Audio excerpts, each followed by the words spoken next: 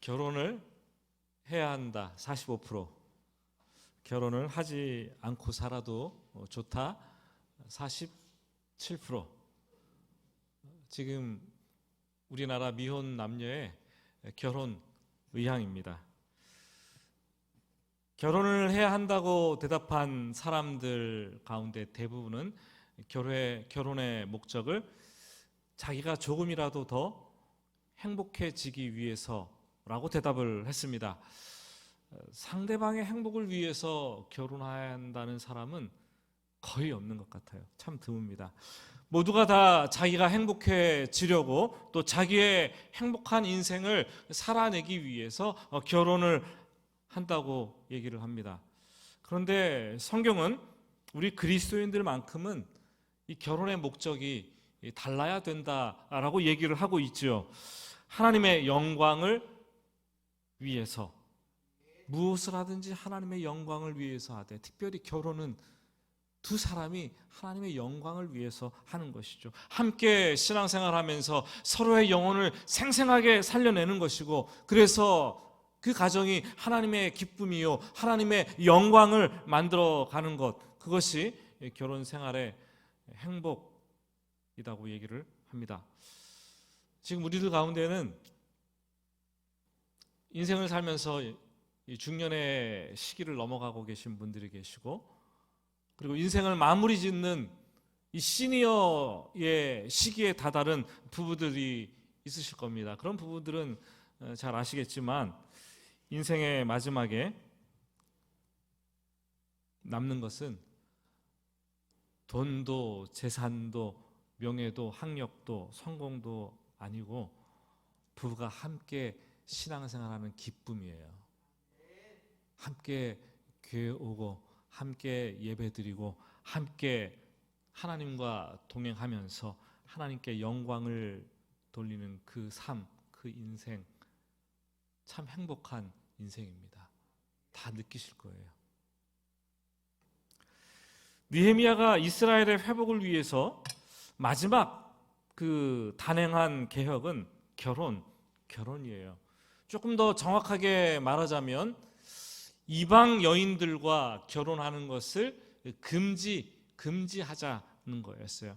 사실 이 문제는 느헤미야가 1차 총독 기간을 마치고 페르시아로 떠나기 전에 이미 몇 차례나 개혁을 했던, 명확하게 처리했던 문제들이었습니다.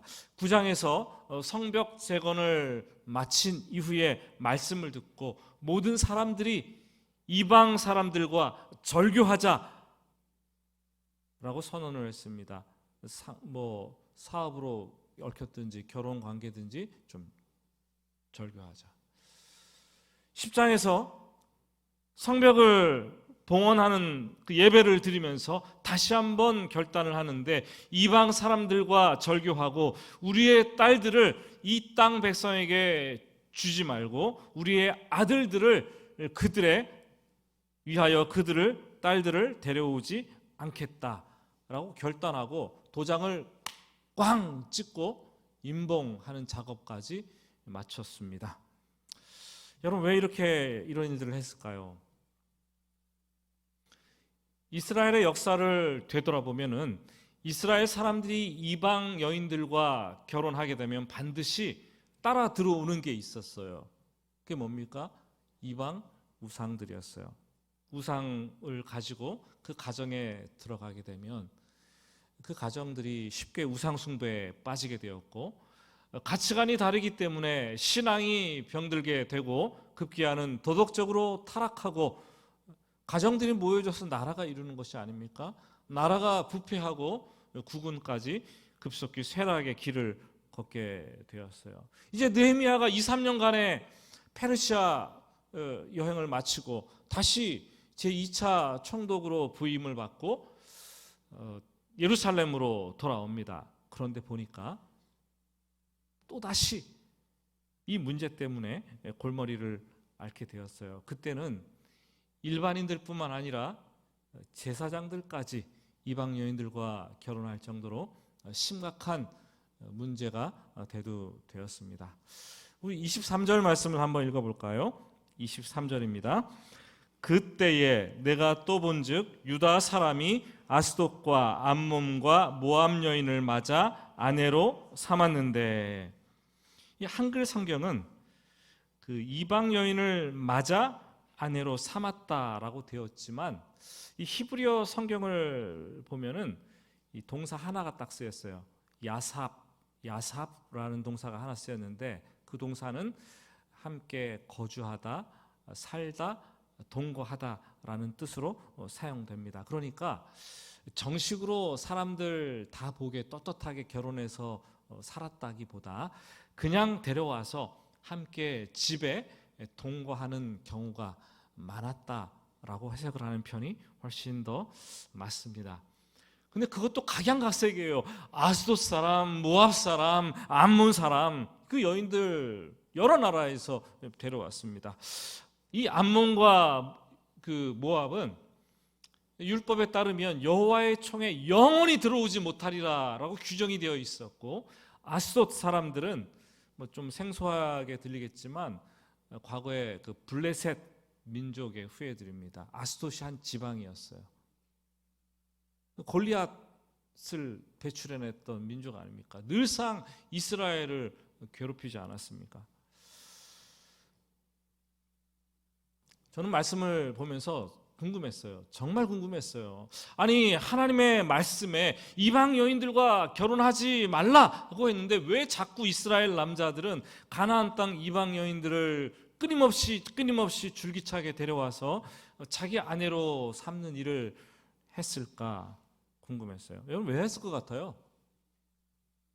고대 문헌들을 보면은 이방 여인들이 아름다웠대요. 외모가 좀 있었대요. 그래서 그들을 데려왔죠. 모압 그 출애굽할 당시에도 평지에 있을 때 모압 여인들의 그 미인계에 넘어가서 이스라엘 백성들이 참 곤욕을 치렀는데 그 이방 여인의 아름다움을 보고 도취되는 거죠. 또 다른 이유는 그 가나안 땅 임금과 가나안 땅에 그 이방인들이 오래전부터 살면서 생활 기반을 잘 닦아두었습니다. 그래서 바벨론 포로 기간을 마치고 이스라엘 백성들이 돌아왔을 때 이스라엘 남자들은 상당한 정치 경제적 이득을 그들과 결혼을 하면서 얻을 수가 있었어요. 그래서 이방 여인들을 자기 아내로 삼는 경우가 종종 있었습니다. 과거 60년대, 1970년대를 돌아보면 그때는 그리스도인들의 결혼이 그렇게 복잡하지 않았다고 얘기를 합니다. 성도들은 이 하나님을 믿는 것, 그리고 신앙생활, 이 하나만 보고 결혼하는 경우가 참 많았어요. 그런데 오늘날에는 이 믿음이나 신앙보다 상대방의 재력, 학벌, 능력, 직장, 외모, 이런 것들이 훨씬 더 중요한 결혼의 요소가 되었어요. 그렇기 때문에 그리스도인들이 결혼하고 나서 신앙관에 문제가 생겨서 가정에 어려움을 겪는 경우가 종종 있습니다. 이 느헤미야는 이방 여인들과 결혼한 그 가정에 한 자녀를 만나게 됩니다. 몇 마디 해보고 나서 충격을 받게 됩니다. 이방인 어머니의 이 말인 아스돗 방언은 곧잘 하는데 자기 아버지 유다 사람, 유다 말, 히브리어는 전혀 하지 못하는 아이를 발견하게 되는 거죠. 그래서 충격을 받고 다른 아이들, 가정의 자녀들까지도 다 조사를 해보니까 그들이 대부분 히브리 언어, 모국어를 하지 못하고 자기 어머니 이방의 말들을 하고 있었어요. 아버지의 책임도 크죠. 그죠? 그렇지만 유대 사회는 모계 사회였기 때문에 어머니의 품에서 어렸을 때부터 자라고 어머니와 함께 많은 시간을 보내다 보니까 뭐 당연한 일이었겠죠.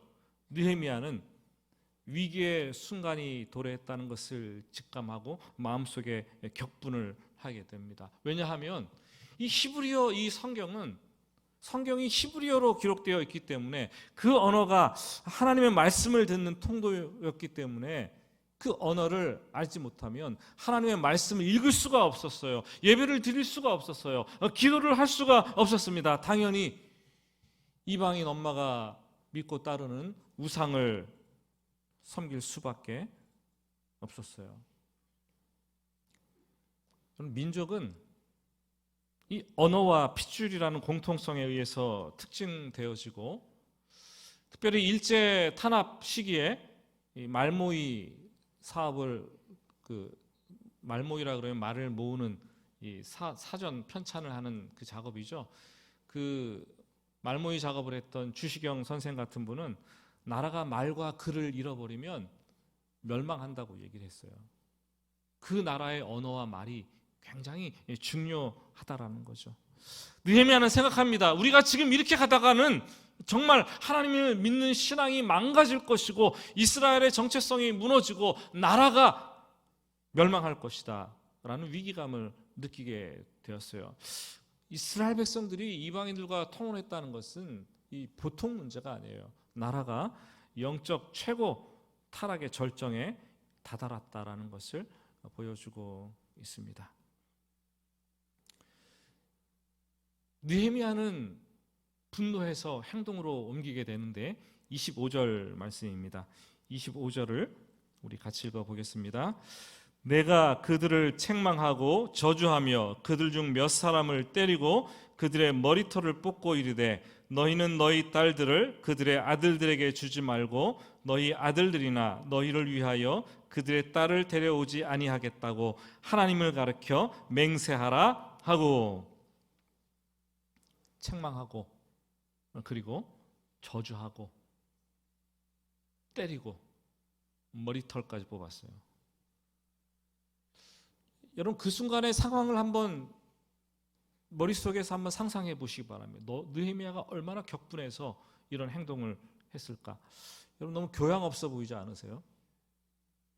어떻게 이성적이었던 지도자가 변해서 이렇게 폭력적인 행동을 할 수가 있을까요? 느헤미야는 그렇게 해서라도 불신 결혼을 막아야 한다는 철저한 마음과 사명감에 불타오르고 있었던 것을 우리는 보게 됩니다. 그들이 다시는 이방 여인들을 자신의 아들을 위한 배우자로 데려오지 않겠다고 맹세하도록 했습니다. 여러분 오늘 말씀을 우리가 읽으면서 오해하면 안 되죠. 오늘 말씀은 국제 결혼을 반대하는 것이 아니라 불신 결혼을 하지 말라는 권고의 말씀입니다. 아무리 생각해도 참 솔로몬처럼 신실하게 인생을 또 화려하게 첫 출발을 했던 사람이 없는 것 같아요. 하나님께서 솔로몬을 얼마나 사랑하셨는지 하나님께서 솔로몬에게 별명을 하나 붙여줬는데, 어린 시절 하나님께서 가장 사랑하는 사람이라는 뜻으로 여디디아라는 별명을 가지게 되었어요. 그리고 솔로몬이 어린 나이에 왕위에 올랐을 때는 제일 먼저 한 것이 뭐냐 하면 이 산기도를 갔어요. 산기도. 그렇죠? 산당에 올라가서 그 1,000번제를 드리면서 하나님께 기도를 했어요. 근데 그 기도가 얼마나 하나님 마음에 철석같이 탁 맞았는지 기도의 응답으로 하나님께서 지혜를 주시고 구하지도 않았던 부와 영화까지 하나님께서 선물해 주셨습니다. 그래서 그의 지혜는 놀라울 정도였고 금과 은은 바닷가의 돌처럼 발에 채일 정도로 많았습니다. 그리고 아버지가 다윗이 그렇게 소원했지만 이루지 못했던 성전을 솔로몬은 건축하는 영광도 누렸어요. 솔로몬은 이 신앙과 이 세상 두 가지를 한꺼번에 가지고 출발했던 사람이 바로 솔로몬이었습니다. 그런데 솔로몬은 한 가지 때문에 몰락하고 타락하는 길을 걷게 됩니다. 그게 뭐예요? 결혼 문제였어요. 잘못된 결혼 때문이었죠. 결혼 잘못하면 인생 망친다라고 말을 하지만 솔로몬이 바로 그런 대표적인 경우인 것 같아요. 오늘 26절 말씀을 보면은 느헤미야가 그 솔로몬을 들어서 얘기를 합니다. 또 이르기를 옛적에 이스라엘 왕 솔로몬이 이 일로 말미암아 범죄하지 아니하였느냐. 솔로몬이 결혼을 했는데 제일 먼저 애굽의 바로 그 왕의 딸을 데리고 와서 정략 결혼을 했습니다. 애굽 바로 왕의 힘이 얼마나 큽니까? 이 딸을 결혼시켜 보내면서 결혼 지참금을 주는데 게셀이라는 그 아름다운 평지를 탈취해서 그것을 딸의 결혼 지참금으로 주었어요. 그랬더니 이 솔로몬이 기뻐서 솔로몬의 아내를 위해서 예루살렘 북쪽 언덕에 밀로라는 곳에 그 아내를 위한 궁궐을 또 설치해서 건축해서 줍니다. 그것을 시작으로 해서 바로의 딸을 시작으로 후궁이 700명이요 첩이 300명 여인들을 두게 되었습니다. 말 그대로 솔로몬 주위에는 여인 천하가 되었습니다. 남성들의 눈이 반짝반짝 빛나시는 것 같은데 부러우십니까? 한 사람 거느리고 살기도 어려운데 얼마나 힘들었겠습니까? 이 솔로몬이 하나님에 대한 열심이 점점 식어지면서 그 열심이 수많은 여인들을 향한 이 관심으로 바뀌게 됩니다. 그 중에 이방 여인들은 얼마나 많았겠습니까, 여러분? 그들이 가져온 이방 신들을 섬기게 되었고 솔로몬의 마음을 하나님으로부터 완전히 돌아서게 하는 그런 결과를 초래했어요. 좀 말씀을 준비하면서 구체적으로 생각해 봤어요. 솔로몬이 처한 현실이 어떠했을까? 1000명의 이 후궁들과 첩. 솔로몬이 하루에 한 번도 1년을 하루에 한 번도 빠지지 않고 그 자기 여자들과 잠을 잔다고 해도 1000명의 여자를 만나려면 생각해 보니까 3년은 걸릴 것 같아요. 3년을 걸려야지 한 번 만나게 되는 거죠.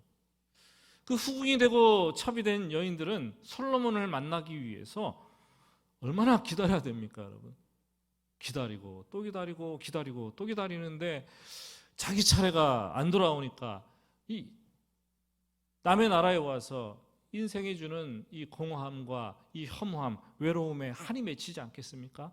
그러다 보니까 자기가 섬기던 그 가져왔던 신들, 아스타롯, 이 밀곰, 그모스, 몰렉 이런 신들에게 더욱 간절히 붙들고 막 기도하는 거예요.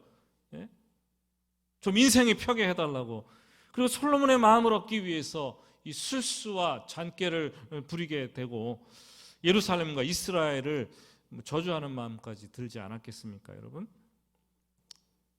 솔로몬은 마음을 그 여인들에게 두면서 하나님으로부터 떠나게 되었고 하나님은 진노를 하시게 됩니다. 내가 반드시 이 나라를 내게서 빼앗아서 너희의 신하에게 주리라. 결국 솔로몬은 이스라엘 12지파 가운데 10지파를 잃어버리게 됩니다. 왕국이 남과 북으로 분열되는 시금석이 되었고 차후 이스라엘은 이것 때문에 멸망의 길을 걷게 되었고 결국 바벨론 포로로 끌려가게 되는 이런 그 단추가 되었죠. 이 모든 일이 이 솔로몬의 이방 여인을 취한 결과라고 느헤미야는 해석을 하고 있습니다.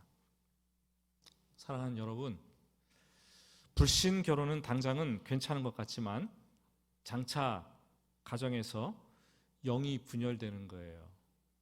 사람은 영적인 존재이기 때문에 이방 사람들과 결혼하게 되면, 불신자들과 결혼하게 되면 영이 분리되고 가정의 미래가 영적으로 기울어지게 되고 급기야 가정까지 나누어지고 분열되고 붕괴되는 결과를 초래하게 됩니다. 그래서 고린도 후서에서 바울은 이렇게 얘기합니다. 고린도 후서 6장 14절 말씀, 16절 말씀을 같이 읽어보겠습니다. 너희는 믿지 않는 자와 멍에를 함께 매지 말라.